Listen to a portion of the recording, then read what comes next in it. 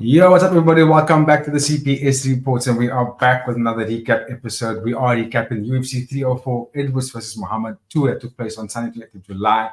With me recapping this amazing fight card is none other than Jedi and 80. We'll bring the panel in for you guys. Jedi 80, how's it going? All good in the hood, bro. Well, good in Cool, the man. hood. Yeah, that's Another good. That's eh? winter day in Cape Town. Yeah, no, it's nice and cozy inside here in the Berg life. Pretty cold outside, but it's all good. It's all good. We did see some fantastic fights over the weekend, boys, and yeah, I think let's recap from the main event, which we saw Edwards taking on Belal Muhammaed, and the fight went all the way 5 rounds. And Belal Muhammaed put on a clinic. You know, the guy was relentless. As we said, he was going to be. I know all three of us gave it to Leon Edwards to win the fight because of the fight set, the fight skill set. Sorry, we all felt that he was a bit of a more polished fighter. And if there's one way we all felt that Belal was going to win, it would be like I said, the relentless pressure, constant racing, the constant switching of stances, staying in Edwards' face, and he did nothing short of that. Don't want to make any sort of excuses, but Leon did look a little bit like he just woke up. Yeah, just gotten out of bed. We came to that fight, but he fought nonetheless. I mean, he made it quite competitive.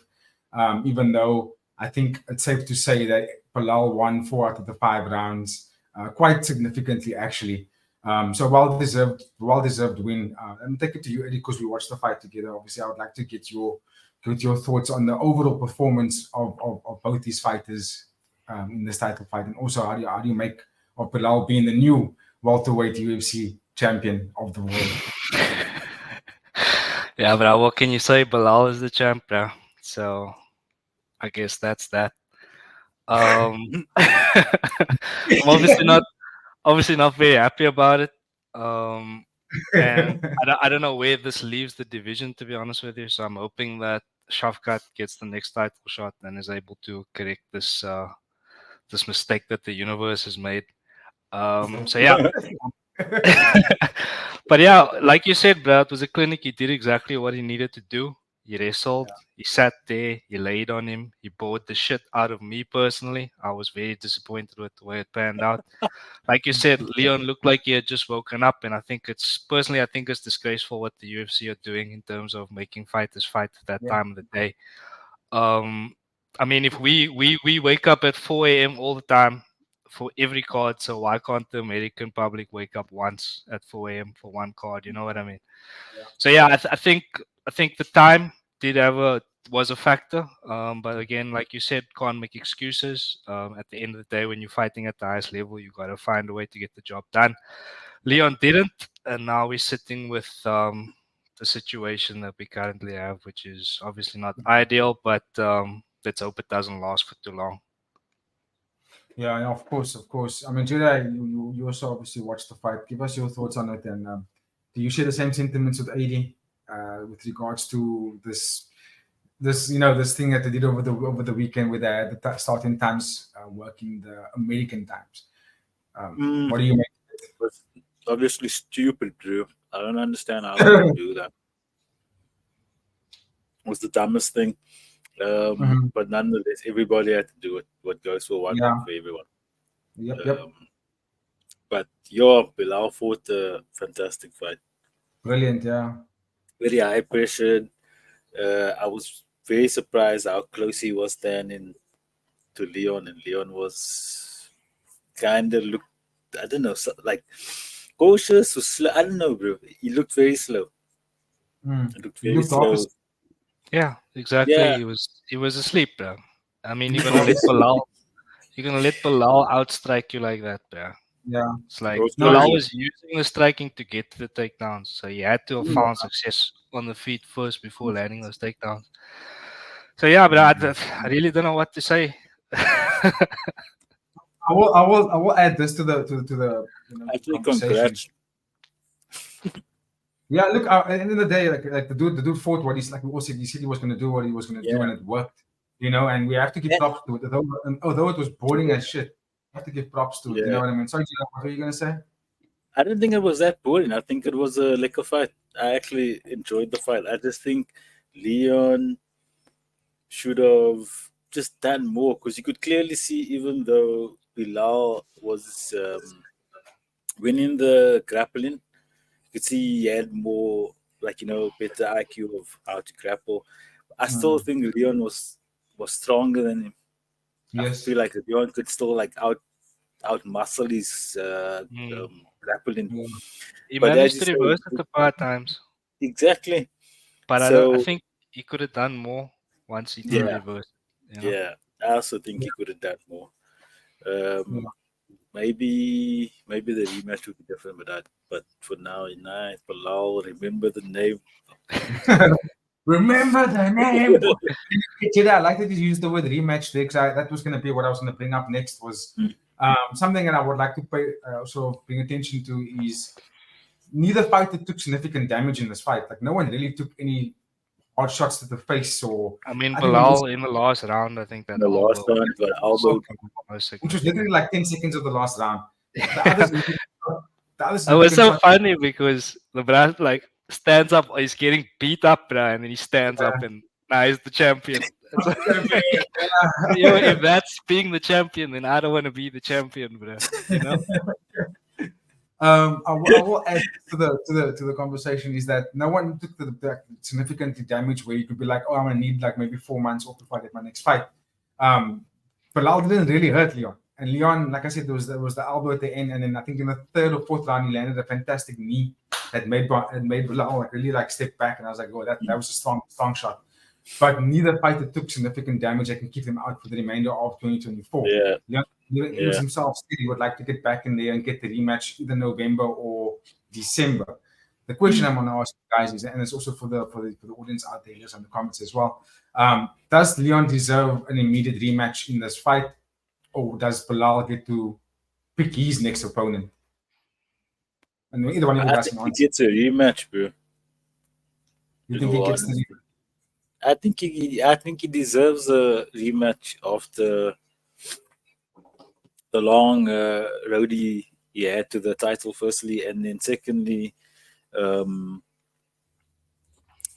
was unanimous, but it was decision. So it's like, so it's like he goes to the fifth round and knocks Kamaru out, and then still has to rematch Kamaru after that.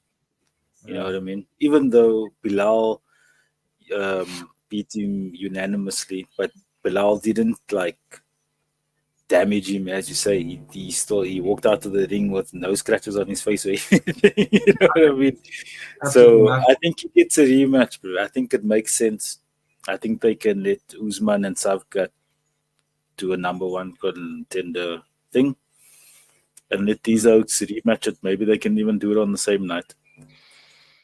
That sounds about right to me. Eddie, what do you think?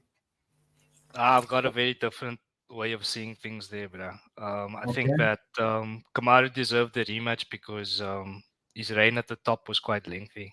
He was lapping the division at one stage, and because of that, I think he got his immediate rematch.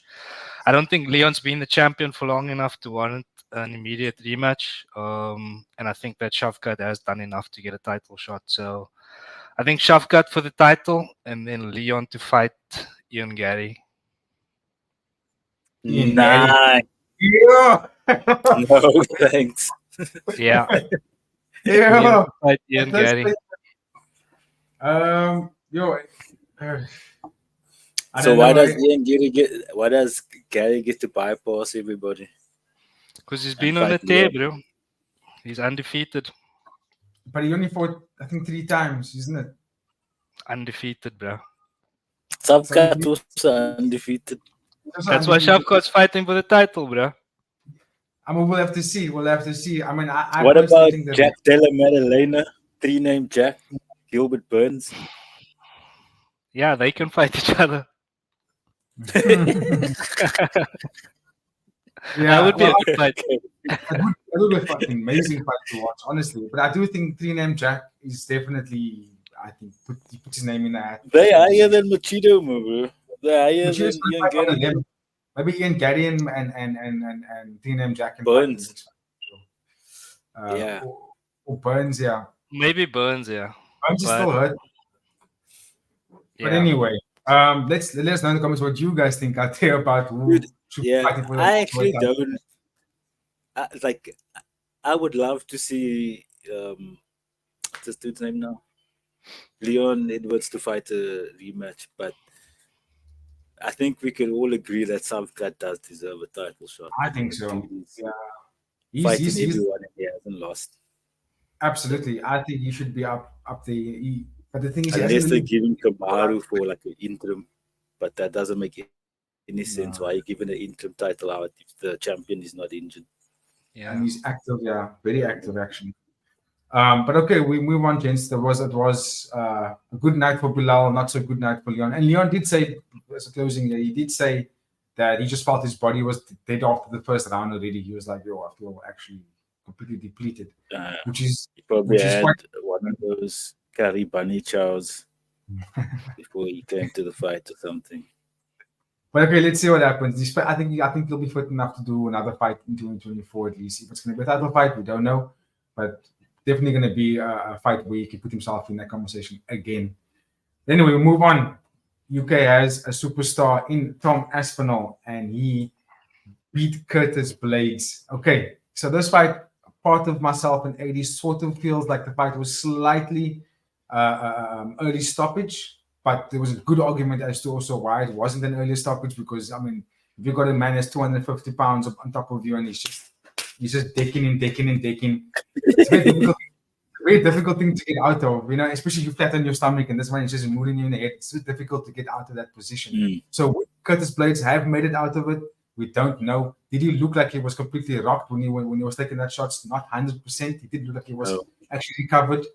But the fight ended anyway, and Tom really clipped him nicely. Slick set up with that 1-2 and dropped him. I think it was a good showing. I don't like fights to end this early and this quick because it's kind of boring, if I'm being honest. But this is what happens in heavyweight. People get knocked out within 30 seconds. This is what you expect with these big men to throw down. Jedi, what do you make of this fight? Tom Aspinall did get performance of the night as well.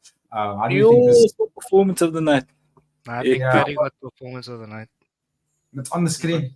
200k bonus. It was one of the performance of the night, but he only got 100k and Paddy got 200k. 200k. We'll come to Paddy next because it was a good stoppage from him as well. But anyway, in this one here, though, Jedi, what do you make of this? Yeah, I think it was stopped prematurely. I think he could have let Burns get knocked out or something. You know what I mean? It would take like serious damage before they just call it. But as you say, in the heavyweight division, you can't really let Oaks take it too far because they're so big, and one or two shots can really do a lot of damage. But why I think he could have let it go on more, because the jab really put him down. You know what I mean? The right hand didn't like clean on him, and then he obviously goes down, whatever. Aspinall jumps on top of him, and as you say, that he technically or hypothetically could have taken another, I don't know, 10 or 15 shots laying him, you know what I mean? And then the fight could have been stopped. But obviously the ref being like, nah, clearly this guy's gonna have a difficult time getting up here. So at to Tom. I look forward to either the Gane or the John Jones fight. I mean, well done, bro. Yeah, he looks flawless. Hey, AD, what do you think? Yeah, I mean, I agree with pretty much everything you guys said. I'm solidly on the fence in terms of an early stoppage. I can definitely see both sides of the argument. Yes. But yeah, kudos to Tom Aspinall. I'm glad he got the result. Avoiding an absolute disaster of having Curtis Blaydes and Belal Muhammaed as champs simultaneously. That would have been an absolute disaster. So yeah, next up it's got to be John Jones, bro. In this division that is just so far gone. Hopefully they can revive the heavyweight division with that fight. But I believe that Stipe and Jones has already been made. So for when? Probably, I think it was like 306. Okay. 307, one of those. But I saw a flyer for it with all the upcoming. Sorry. Is that still in 2024? Yeah, that's this year still. Okay. That's very interesting news. I thought John Jones was, having some trouble outside of the octagon and might have But he's possibly always having out. trouble outside of the octagon. Let's say the fight doesn't happen, because there is a chance that it doesn't happen with John Jones and Stipe. What does Tom Aspinall or the UFC do next for this division? He's I got have to no fight idea. Gane. It's Gane probably, yeah, but And he hasn't fought in 2 years. yeah, That's he's what an I'm saying. actor now. He's an actor, but I think Jones, when Jones comes back, he has to fight Tom Aspinall, bro. Unless they do Stipe and Yeah, Tom absolutely. Aspinall now, but he has to fight. But The Stipe also, two of them bro, have to where fight. is You he? can't have a champion and an interim champion. They Yeah. don't fight each other. Doesn't make any sense. You You know what I mean? They like fighting other guys in the division. Yeah, I don't get Nah, why they they fight, just bro. don't make that match immediately and then the winner can fight Stipe. You know what I mean? Or Yeah, or exactly. Ghana or whoever. Now you're sitting here with two champions. Both are ready to Yeah. fight, but they're not fighting each other. Yeah, it's You know? so Yeah. strange. It's If bizarre. But I anything, think Jones is injured, man. I think he's hurt. I thought he's Yeah, injured but as then well. why is he scheduled to fight a different bruh? Nah, he's not. He's not. He's scheduled to gonna fight fight Stipe. Tom. He's gonna fight Tom when he comes back. That is the fight. I'm gonna Google That it is now. definitely. I even Wait, saw so- them not like squaring off, but they Yeah. now in England when Jones was there, he came to come visit, whatever. Obviously, watch the fight, and then they like greet each other, and Tom's like, "Yeah, I look forward to fighting you." Blah blah blah. Basically, I think that is the fight. Okay. I'll be quite interested to see that, because there has to be unification, obviously, in the division, so the Yeah. division can move. And my last question I wanted to get, if one of you guys know, when was the last time Stipe fought? I think he fought. Didn't he Ngannou. fight Gane? Nah, He fought Ngannou, I somebody think. for a title and lost. He might Oh, have he been fought He fought lost Jones. the title to Yeah. Ngannou. Yes, 80s right. 80s right. He fought That was his Ngannou last fight. Yeah. Let's Oh, it just was a check while here. back. But Nah, that that's- was years and years ago, bro. That was a while back. I'm not mistaken. Yeah, but Okay. Yes, first in Ghana 2021. Sure. 3 years. Okay. 3 years ago. Check Salute this there. guy with the roster. John Jones. Oh, wait, Stipe. why is he still on the roster, my bro? Should be on the fireman roster now. Exactly. Okay, but anyway, boys, we move on, because as we know that I would go out on the limb and say that the actual champion of that division is Tom Aspinall. They should have made it a unification belt. Don't know why the guy was inactive for 2 years. This is talking about John Jones now. You lose your title, bro. Artist. You can come Now back they're and fight. gonna fight. It's gonna be Jones and Aspinall Yeah. when he's now fight It ready. has to be. Because It has to Stipe be. hasn't even I seen think any. he broke his toe. That was the thing. I think he broke Yeah. his toe or some silly thing like that. Or shoulder injury. I know it's like shoulder. break. It's like not a big break, but it was like a break of a small part on his body or something. Well, we wish him a speedy recovery so he can come back and put on a nice fight against someone really, really good in Tom Aspinall. It'll be a fucking good fight to watch. Okay, boys, we keep it moving. Performance of the night again fell to Paddy, the baddie, 80's favorite shit stain on the planet. And he did beat King Green. Submitted him actually, and we all said that his keys to winning was going to be getting it to the ground. The funny thing about this fight was that King Green was the one who actually initiated the grappling and became second best in that exchange and fell to the ground. Paddy the Barry, good submission. He switched from I think it was angle to armbar and locked it in and put King Green to sleep and won himself a good performance of the night. Again, another short fight. Couldn't really see too much of the guys going at it. But what was quite interesting was that King Green couldn't really advance within the striking. He was battling, and I think, correct me if I'm wrong now, but I think his size may be a bit of a battle for him. And it's not calling him short or anything like that. I just feel like the lightweight guys are pretty intense. You know, look how big they are. Justin Gaethje, BSD, Dustin Poirier, Islam. Do you really think that King Green can go up against any of those top 5 guys, even though he's did it in the past? Kind of right now, Paddy looked surprisingly quite filled out and massive in this division. And I think I think King Green was kind of struggling with that. And then when he initiated the takedowns, it kind of made me realize, yeah, he battled with the striking here, and that's why he went for the takedown. Unfortunately, he put himself in danger and got caught. Eddie, I have to take it to you, bro, because we all know where you stand with Paddy the Baddy, but and he did really quite wonderfully. What do you make of the boy's performance and also his trajectory in the UFC? Yeah, you can't argue with the result, bro. He dominated out there. Was over very quickly, but like you said, it was a very strange set of circumstances that led to the result. So yeah, I mean, he silenced me as one of his haters, definitely. Okay. I have no idea what to say about this man. I still don't like him. I hope that he loses his next fight. So yeah, I would say give him someone like he wants Renato Moicano, who I think he's gonna. And that would probably happen then. Yeah, I think we'll lose that fight. Jada, what do you think? No, where AD stands on this one. Yeah, for me personally, I have never rated King Green. I was never a fan of King Green. I don't think he's like a top 5 guy. I don't think he was ever a top 5 guy. For me personally, so I wasn't really backing him even in this fight. To me, it doesn't care if Paddy also won. I think it was also so quick that we didn't really get to see them tested or whatever. And also Paddy, like Ian Machado and like what's that other dude, Jake Paul, they have a habit of calling out people who's kind of almost washed out and like taking kind of veterans out. That's their thing. I don't know why they keep doing that.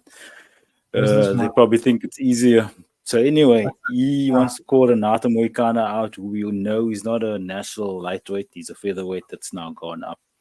So obviously Paddy feels he's slightly bigger than him and he feels that he can do the same thing. He can kind of take him down and submit him. But I think I feel Renato's skills is much better than Paddy's.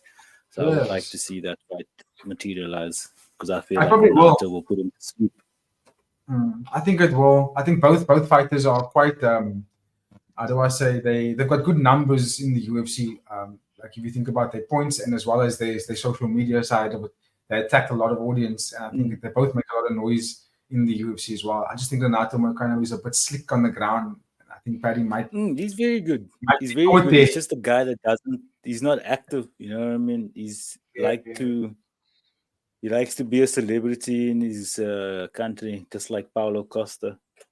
But in terms of skills, his skills is definitely better than Paddy the Baddie.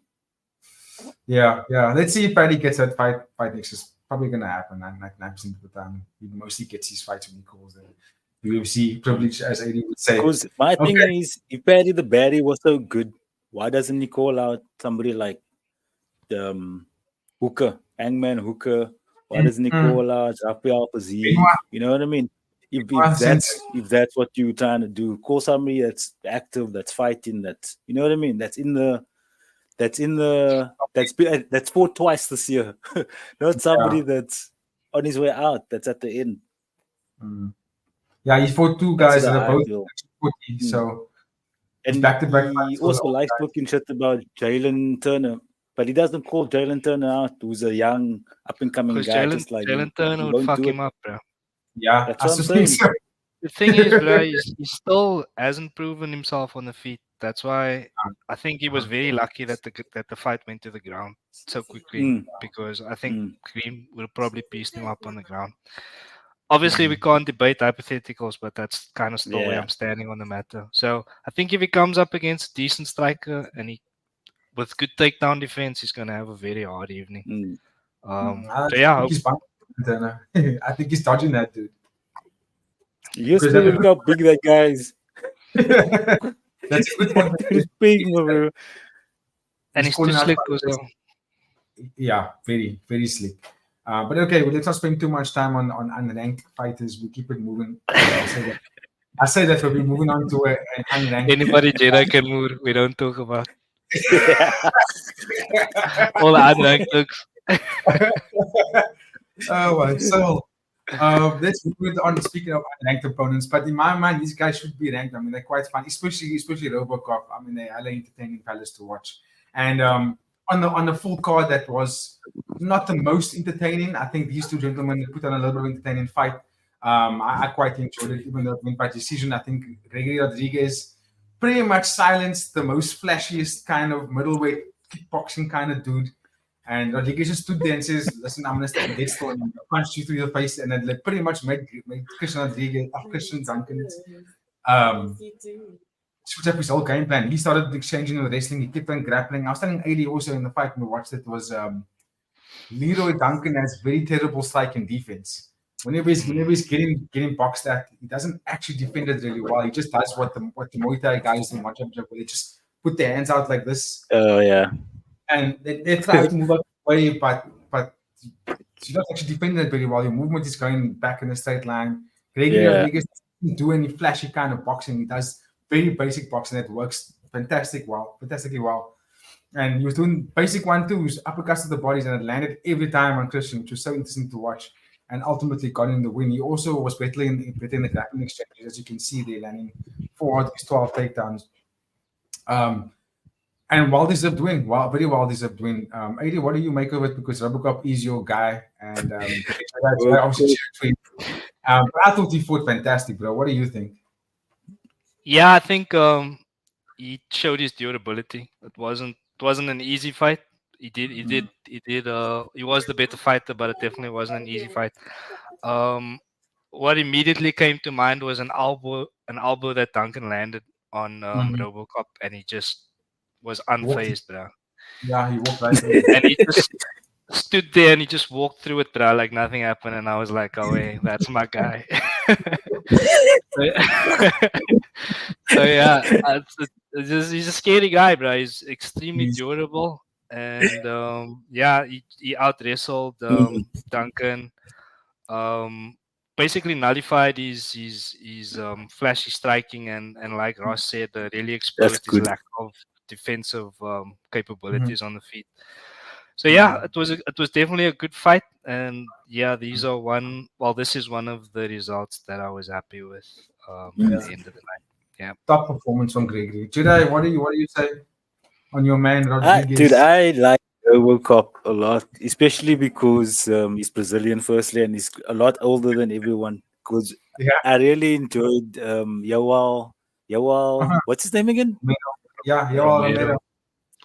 Belal Muhammaed was one of my favorite guys to watch always, and since he was gone, there was a big void to fill for me. Like I lost interest in the middleweight division. Obviously not with the Druckers, but like there was nobody who's like a people's fighter. And obviously RoboCop is that brew. He's like Glover, similar to Glover, you know what I mean? You like to get behind guys like this.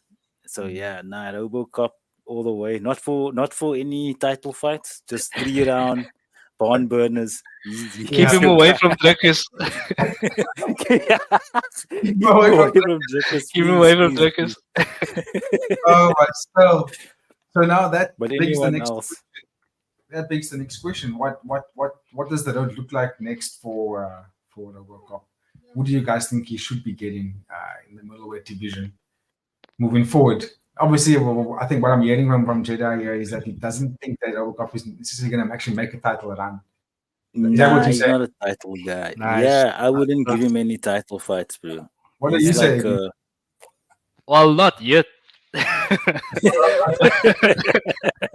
mean, he's not if he keeps walking through punches the way he did on Saturday, bro, he's walking all the way to the title. No doubt. How can you deny him then?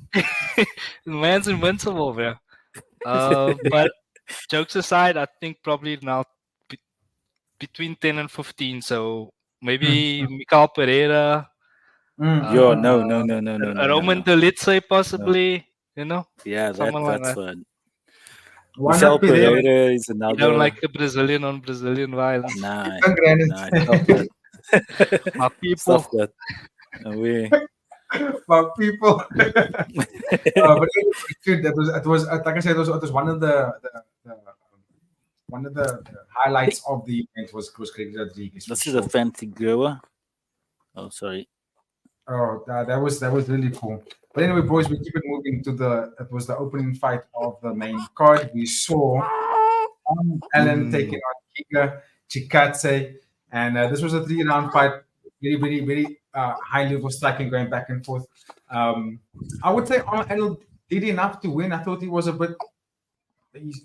I think after round 1, he started to get Giga going back, which I thought he was going to do because Giga usually kind of gets tired after the second round because of all first round because of all these extensive kicks that he keeps throwing. He mainly uses kicks than he does with his hands. And I remember earlier I was saying that that's going to make him get tired and you might see him get pushed back after the first round. And that's exactly what Allen was doing. Pushed him back, landed some really cool left hands on him. The only thing that I found a bit strange was that we didn't see one Giga kick. He didn't throw it at all. And I wonder why he didn't. But good display of fight with both gentlemen. I wish I saw more from Giga because I watched him fight last night over the weekend. Sorry, he didn't really change. It's the same Giga I watched like 5, 6, 7 years ago. He didn't really look any different. He was just taller and more fuller. But anyway, Eddie, what do you make of the performance of Arnold Allen? Do you think it was a well-deserved win? And also, since he has won, what happens next for the young man? Yeah, I think definitely deserved the result. I think he went in there with a game plan, and the game plan was basically to tire Giga out. Like you said, his style isn't exactly cardio friendly. So, to your point about the kicks, I think that in the first round when he was full of energy, he managed to keep Allen kind of at bay, kind of at range with a bit of kicking. But I think as he tired, he tried to kind of like rein it in a bit. And that allowed Arnold Allen to walk him down essentially and just kind of land on him. Surprisingly, no grappling, which is a big credit to Arnold Allen. I thought that he'd have to use his grappling in this fight to get the result, and he didn't. He stood with him. He outstruck him. He was safe a lot of the times. He kept himself safe, and he picked his spots like Arnold Allen usually does. So, yeah, fair result, and, yeah, well done to him. And, yeah, looking forward to seeing his next fight. Yeah, he does solidify himself in the top 5 for sure. I think he's number 6 or something like that.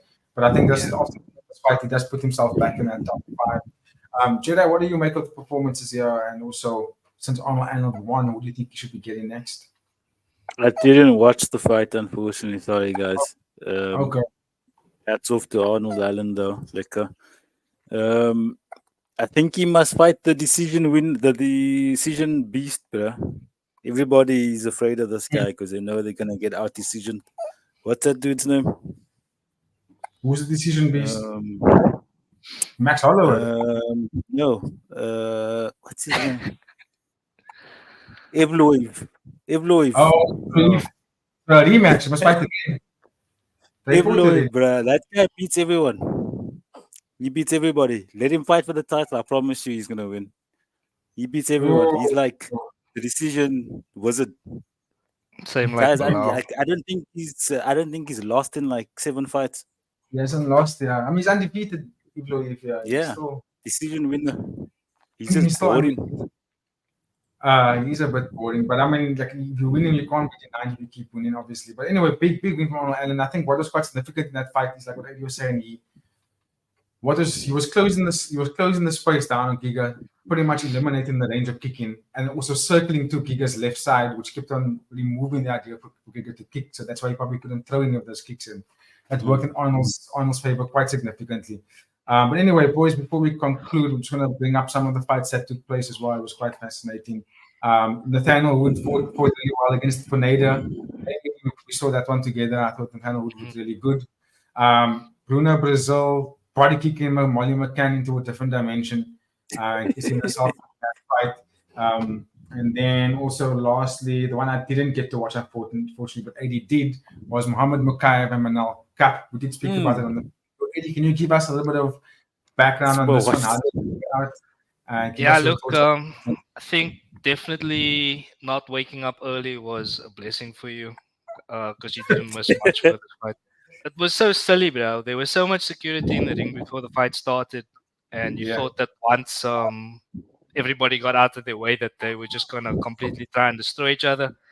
Yeah. And they stood there for like the first round, fainting, feeling each other out, which was just bizarre. Manal Cup, broke his toe, I think, in the second or first round. So he was moving around. Oh, He was moving around quite gingerly throughout the fight, but still kind of Blunt was walking tough. Mukayev down. And what was surprising is that Mukayev outstruck him and was the deserved winner in the end. mm, I did say the fight would stay on the feet, but it did go to the ground in the last minute.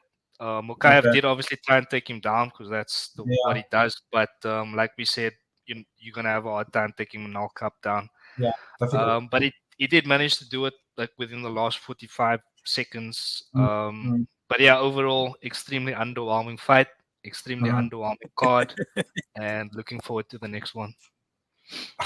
Well, the next pay-per-view card is our man Drikkers, so we will obviously coming to you guys. Stick with that one. We can't wait to report our man. We will be at title Shama. practice. Okay.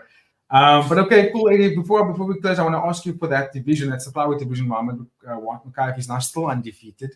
Who do you think he gets next in that He flyweight gets division? whoever he fights in the PFL, bro. He's not in the UFC anymore. Who's this? Oh, Mukayev, he's been let go. really? Yeah. For what? There's too much shit that goes on with him outside of the ring, as far as I understood. Like, he's just not a nice person to work with, and just not worth the hassle. So they were like, nah. Oh, Go do your thing in the PFL, my boy. okay, okay, that's unlucky. Okay, cool. No, that is our time, ladies and gentlemen. Thank you for watching. Don't forget to like, comment, share, and subscribe. Big news from Eddie over there with Mukayev.